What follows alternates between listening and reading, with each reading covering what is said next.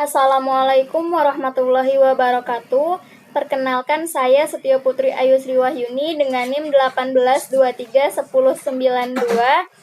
Saya dari kelas pendidikan IPA C 2018. Baiklah, di sini saya akan menyampaikan proposal penelitian saya mengenai penerapan metode mind mapping dengan model pembelajaran inquiry terbimbing dalam meningkatkan kreativitas, minat, dan hasil belajar siswa SMP IPA kelas 7 dengan dosen pengampu Bapak Dr. Febrianto MPD.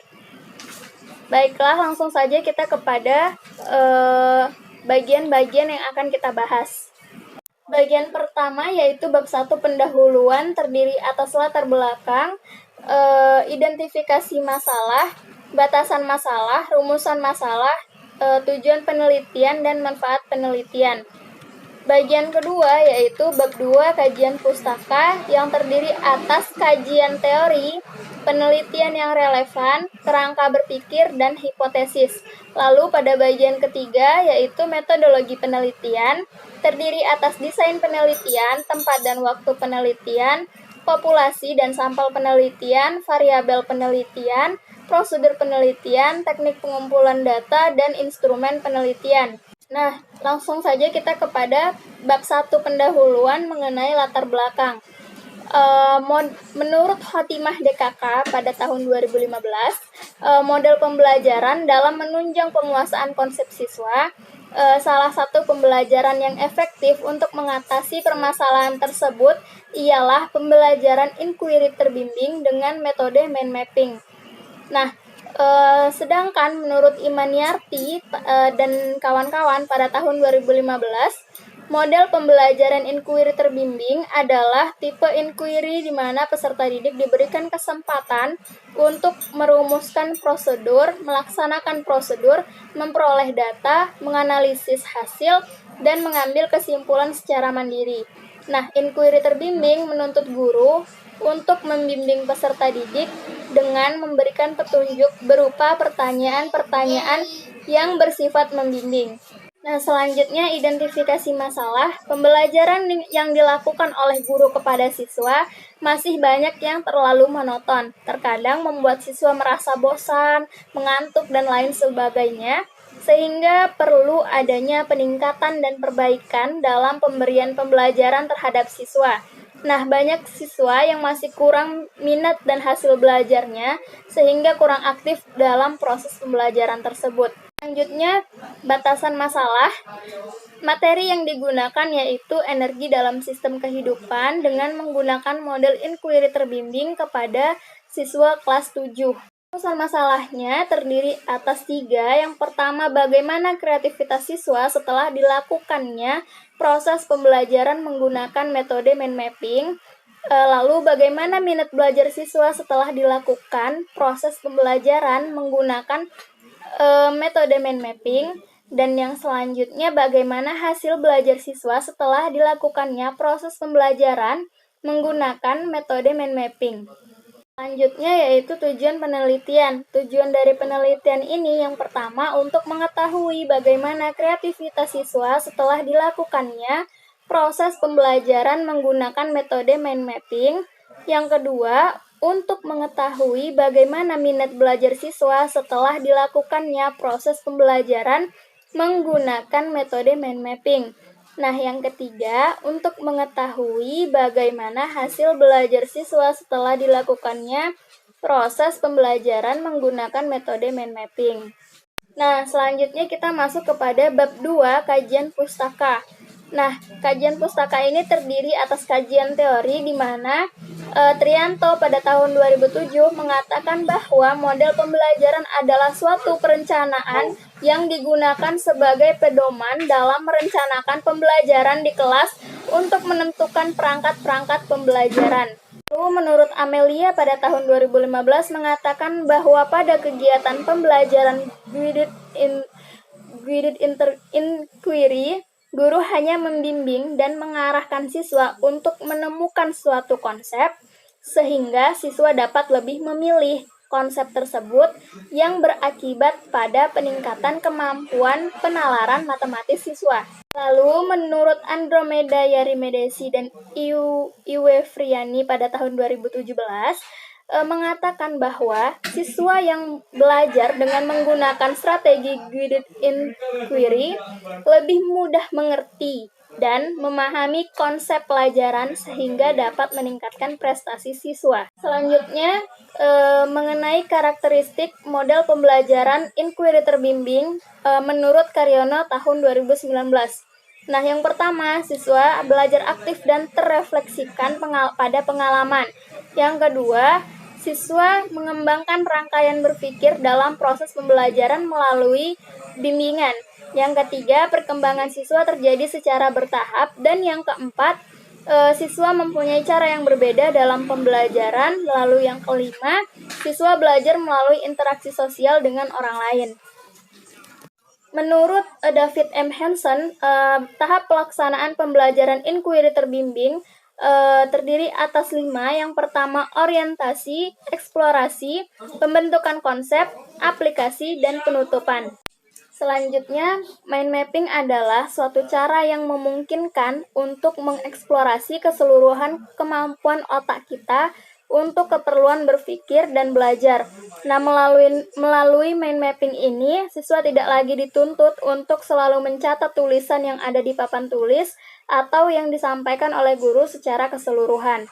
Nah, menurut Slameto tahun 2010, belajar adalah suatu proses usaha yang dilakukan seseorang untuk memperoleh suatu perubahan tingkah laku yang baru secara keseluruhan sebagai hasil pengalamannya sendiri dalam interaksi dengan lingkungannya. Nah, sedangkan menurut Arifin tahun 2013, hasil belajar adalah hasil dari kemampuan yang dimiliki seseorang setelah melakukan proses kegiatan belajar yang mengarah pada 3 aspek, yaitu kognitif, afektif, dan psikomotorik. Lalu, bagian selanjutnya yaitu penelitian yang relevan. Adapun beberapa penelitian yang relevan dengan penelitian yang dilakukan oleh peneliti diantaranya adalah sebagai berikut. Nah, yang pertama yaitu Yusnaini tahun 2019 melakukan penelitian dengan judul penerapan metode mind mapping guna meningkatkan hasil belajar IPA kelas 7 SMPN 2 Rengat tahun pelajaran 2016 sampai 2017, di mana hasil penelitian tersebut menunjukkan bahwa menggunakan mind mapping, maka hasil belajar siswa mengalami peningkatan. Selanjutnya yang kedua, Nita Mei Ekawati dan Diana Kusumaningrum pada tahun 2020 melakukan penelitian dengan judul pengaruh metode pembelajaran mind mapping terhadap hasil belajar siswa kelas 5 sekolah dasar 2 Sumberjo. Dengan hasil penelitian menunjukkan bahwa penerapan metode mind mapping dapat meningkatkan hasil belajar siswa. Selanjutnya masuk kepada kerangka berpikir. Nah, pembelajaran dengan menggunakan metode mind mapping memiliki serangkaian langkah-langkah yang sifatnya menjadikan seluruh siswa terlibat dalam proses berpikir secara individual untuk menghasilkan ide-ide kreatif apa yang mereka pelajari dan apa yang akan mereka rencanakan. Nah, hal ini sejalan dengan pernyataan yang menyatakan bahwa mind mapping adalah cara baru untuk belajar dan berlatih yang cepat dan ampuh, serta dapat membantu catatan yang tidak membosankan. Kemudian hipotesis, berdasarkan kajian teori dan kerangka berpikir yang dikemukakan dapat dirumuskan bahwa hipotesis penelitiannya yaitu terdapat pengaruh yang signifikan dalam penerapan metode dan mind mapping menggunakan model inquiry terbimbing terhadap kreativitas, minat dan hasil belajar siswa. Bab 3, metodologi penelitian. Yang pertama, desain penelitian, di mana penelitian ini adalah penelitian eksperimen yang bertujuan untuk menggambarkan pengaruh penerapan metode mind mapping dengan model pembelajaran inquiry terbimbing dalam pembelajaran IPA terhadap kreativitas, minat, dan hasil belajar siswa kelas 7 di SMP Negeri 20 Padang. Nah, Jenis penelitian yang digunakan yaitu kuasi eksperimental atau eksperimen semu, sedangkan desain penelitiannya yang akan digunakan adalah non-equivalent control group design. Dalam penelitian ini di mana digunakan dua kelas yaitu kelas kontrol dan kelas eksperimen. Pada kelas eksperimen, pembelajaran dibantu dengan metode mind mapping dalam model inquiry terbimbing. Sedangkan pada kelas kontrol hanya akan menggunakan model inquiry terbimbing saja. Selanjutnya, tempat dan waktu penelitian. Nah, penelitian ini dilakukan pada semester ganjil pada bulan Agustus sampai dengan Desember dengan tahun ajaran 2021 hingga 2022 dan dilaksanakan di kelas 7 SMPN 20 Padang. Selanjutnya yaitu populasi dan sampel penelitian. Dalam Aisyah Azalia, Margono 2009 menyebutkan bahwa populasi adalah seluruh data yang menjadi perhatian kita dalam satu ruang lingkup dan waktu yang ditentukan. Nah, populasi pada penelitian ini adalah seluruh peserta didik kelas 7 SMP Negeri 20 yang terdaftar pada semester genap tahun ajaran 2021 hingga 2022. Dari keseluruhan populasi, sampel dalam penelitian ini terdiri dari dua kelas, yaitu kelas 71 sebagai eksperimen dan kelas 72 sebagai kelas kontrol. Kemudian, teknik pengambilan sampel dalam penelitian ini dilakukan secara purposive sampling yang berdasarkan atas pertimbangan ciri-ciri tertentu yang bisa mewakili populasi untuk mendapatkan kelas yang homogen seperti adanya kelas A dan kelas B. Nah, selanjutnya variabel penelitian. Yang pertama itu variabel, terdiri atas dua, variabel bebas dan terikat. Dan yang kedua itu data. Variabel bebas adalah variabel yang menjadi sebab timbulnya atau berubahnya variabel terikat. Nah, variabel bebas dalam penelitian ini adalah penggunaan metode mind mapping dengan model pembelajaran inquiry terbimbing. Yang kedua yaitu variabel terikat, yaitu variabel yang dipengaruhi atau yang menjadi akibat karena adanya variabel bebas. Nah, variabel terikat dalam penelitian ini adalah peningkatan kreativitas, minat, dan hasil belajar siswa kelas 7 IPA SMPN 20 Padang. Selanjutnya yaitu data. Jenis data yang digunakan adalah data primer yang dikumpulkan langsung dari sampel yang diteliti dengan menggunakan instrumen yang sudah disiapkan. Nah, data primer ini kreativitas, minat, dan hasil belajar peserta didik setelah diberikan perlakuan yang meliputi kompetensi pengetahuan yang diambil melalui tes tertulis berupa pilihan ganda dan esai. Prosedur dari penelitian ini yaitu terdiri atas 3 prosedur. Yang pertama yaitu tahapan persiapan.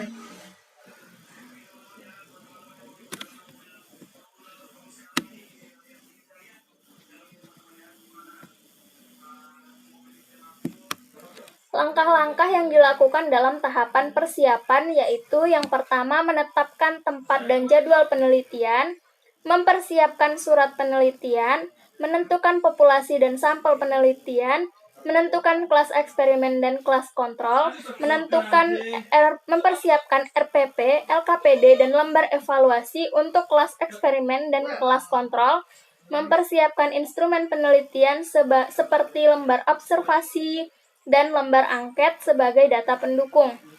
Lalu, membuat soal uji coba dan terakhir melakukan uji coba soal tes akhir dengan menentukan realitas soal, indeks kesukaran, dan daya beda, lalu mengambil beberapa soal untuk pretest atau post-test. Selanjutnya tahap kedua yaitu tahap pelaksanaan. Pada tahap pelaksanaan ini dilakukan proses pembelajaran dengan menggunakan berdasarkan kurikulum 2013. Nah, sebelum dilaksanakannya model penelitian ini, siswa diberikan soal pretest yang telah diuji cobakan sebelumnya. Pada kelas eksperimen diberikan perlakuan yaitu berupa metode mind mapping dengan menggunakan model pembelajaran inquiry terbimbing, sedangkan pada kelas kontrol menggunakan model pembelajaran inquiry terbimbing yang telah diterapkan di sekolah. Selanjutnya, tahap penyelesaian. itu tahap ketiga. Nah, tahap ini dilakukan oleh peneliti. Yang dilakukan oleh peneliti adalah melakukan post-test untuk kedua kelas sampel, di mana tes ini dilakukan untuk mendapatkan nilai kompetensi pengetahuan. Selanjutnya, mengumpulkan data pendukung dengan memberikan lembar observasi dan angket yang telah dipersiapkan. Yang ketiga, menganalisis data yang didapatkan pada kedua kelas sampel, yaitu kelas eksperimen dan kelas kontrol, melalui uji statistik. Dan yang terakhir, menyusun laporan penelitian. Selanjutnya yaitu teknik pengumpulan data. Ada 3 teknik. Yang pertama model observasi, yang kedua model metode angket, dan yang ketiga metode tes data. Nah, pada metode observasi dilakukan pada proses kegiatan belajar mengajar berlangsung, di mana observasi dilakukan untuk memperoleh data keterlaksanaan belajar. Yang kedua, metode angket. Dalam penelitian ini, data yang diambil dengan menggunakan angket adalah respon siswa terhadap pembelajaran yang diterapkan. Selanjutnya, yang ketiga, metode tes data, di mana ketuntasan siswa diperoleh dari tes yang dilakukan oleh guru setelah berakhirnya pembelajaran. Selanjutnya, instrumen penelitian. Terdiri atas 2. Yang pertama, instrumen keterlaksanaan metode mind mapping dalam model inquiry terbimbing. Nah, instrumen dalam penelitian ini adalah adanya lembar observasi, di mana instrumen ini digunakan untuk mendapatkan data tentang keterlaksanaan pembelajaran selama berlangsungnya pembelajaran di kelas 7 IPA SMP Negeri 20 Padang dengan menggunakan metode mind mapping dengan model pembelajaran inquiry terbimbing.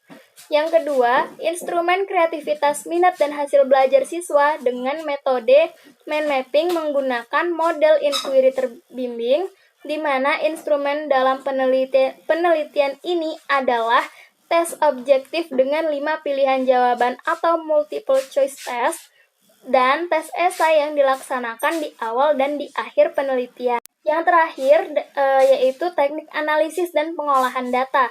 Yang pertama, pengolahan dan analisis data keterlaksanaan pembelajaran berbasis metode mind mapping dengan model pembelajaran inquiry terbimbing dalam meningkatkan kreativitas, minat, dan hasil belajar siswa. Nah, yang kedua yaitu pengolahan dan analisis data kemampuan dalam meningkatkan kreativitas, minat, dan hasil belajar siswa.